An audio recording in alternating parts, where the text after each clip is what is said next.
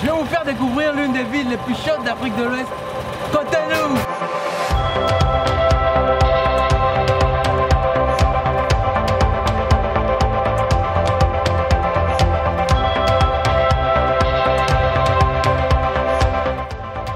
Ma journée commence avec abobo. C'est un mets à base d'haricots blancs dans une sauce épicée à l'huile de palme accompagnée de pain. Bon appétit!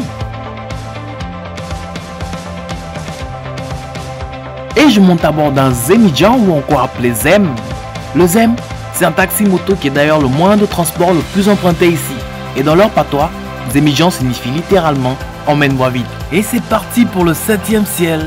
On se faufile entre motos et véhicules et je ressens ce bon bol d'air frais malgré les rayons du soleil qui me tâtent sur la tête. J'ai l'impression d'être un oiseau qui vole à quelques mètres du sol. Super.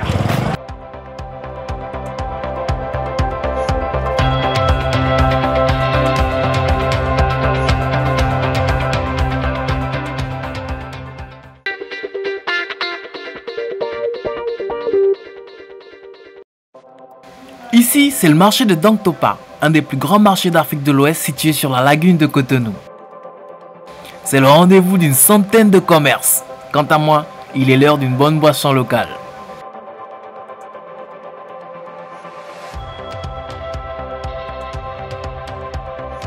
Le marché est en agitation permanente et on peut avoir du mal à retrouver son chemin.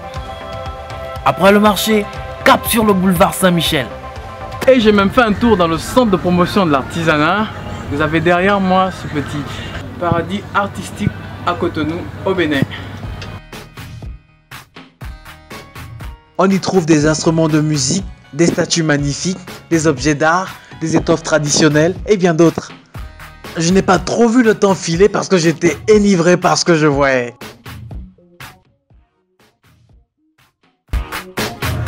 C'est beau Cotonou. Il est midi passé, fini les rêveries.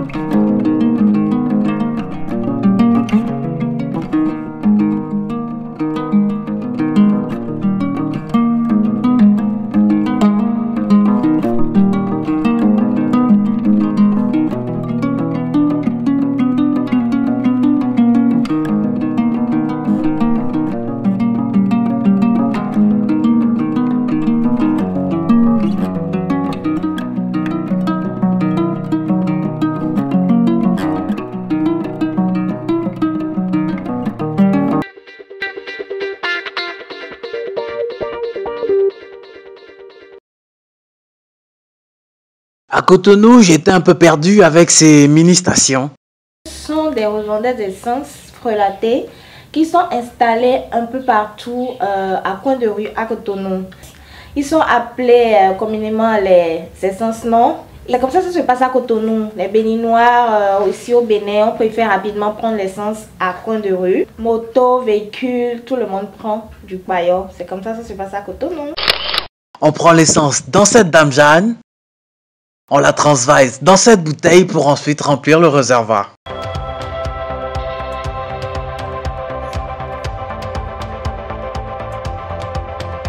Direction le stade de l'amitié où je vais rencontrer Didier Passassi qui va me parler de son festival annuel. À quoi ça consiste? J'avais constaté que les pionniers de la photographie, je dirais, suisse aérienne, sont des Béninois, que des anciens, des doyens. Parce que j'ai eu la chance de lire les documents sur le Bénin dans le domaine de la photographie. Donc j'ai constaté un peu que la plupart de ces pionniers sont que des Béninois. Donc je me dis, ces anciens, on a complètement oublié ces anciens. Et quand tu fais le point, ils sont une cinquantaine. Parce que j'ai parcouru, j'ai mis du temps à aller vers eux. que ce soit dans le centre de Bénin, que ce soit dans le nord Bénin, que ce soit dans le sud, un peu partout. Il y a d'autres qui ont perdu complètement les fonds d'archives de leur photographie. Donc je me dis, qu'est-ce qu'il faut mettre en place? Quel est le creuset que nous pouvons mettre en place pour les nouveaux photographes qui arrivent dans le métier pour réellement se retrouver, réellement se vendre à la face du monde? L'idée est venue avec 2 ou 3 amis et nous avions mis quand même un petit comité, et on a commencé par réfléchir et travailler. Après ma rencontre avec Didier, il ne me reste plus que quelques heures à Cotonou. Je n'ai pas d'itinéraire précis et voir la ville en une journée c'est pas possible, alors je décide d'avoir un aperçu sympa.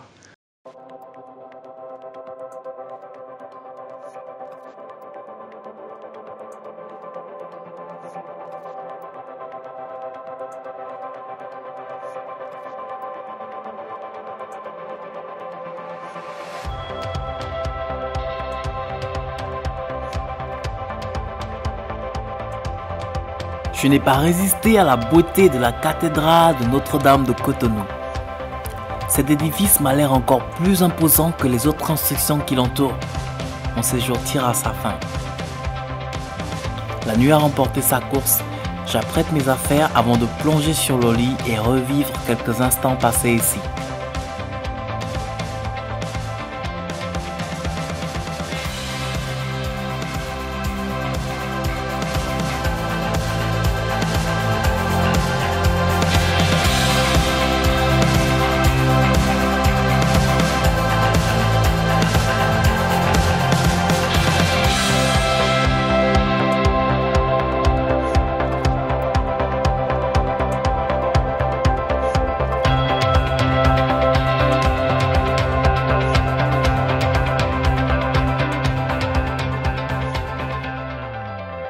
S'il faut revenir ici pour plus d'expériences comme celle-là, je n'hésiterai jamais de saisir une opportunité pareille. À très bientôt pour une prochaine découverte.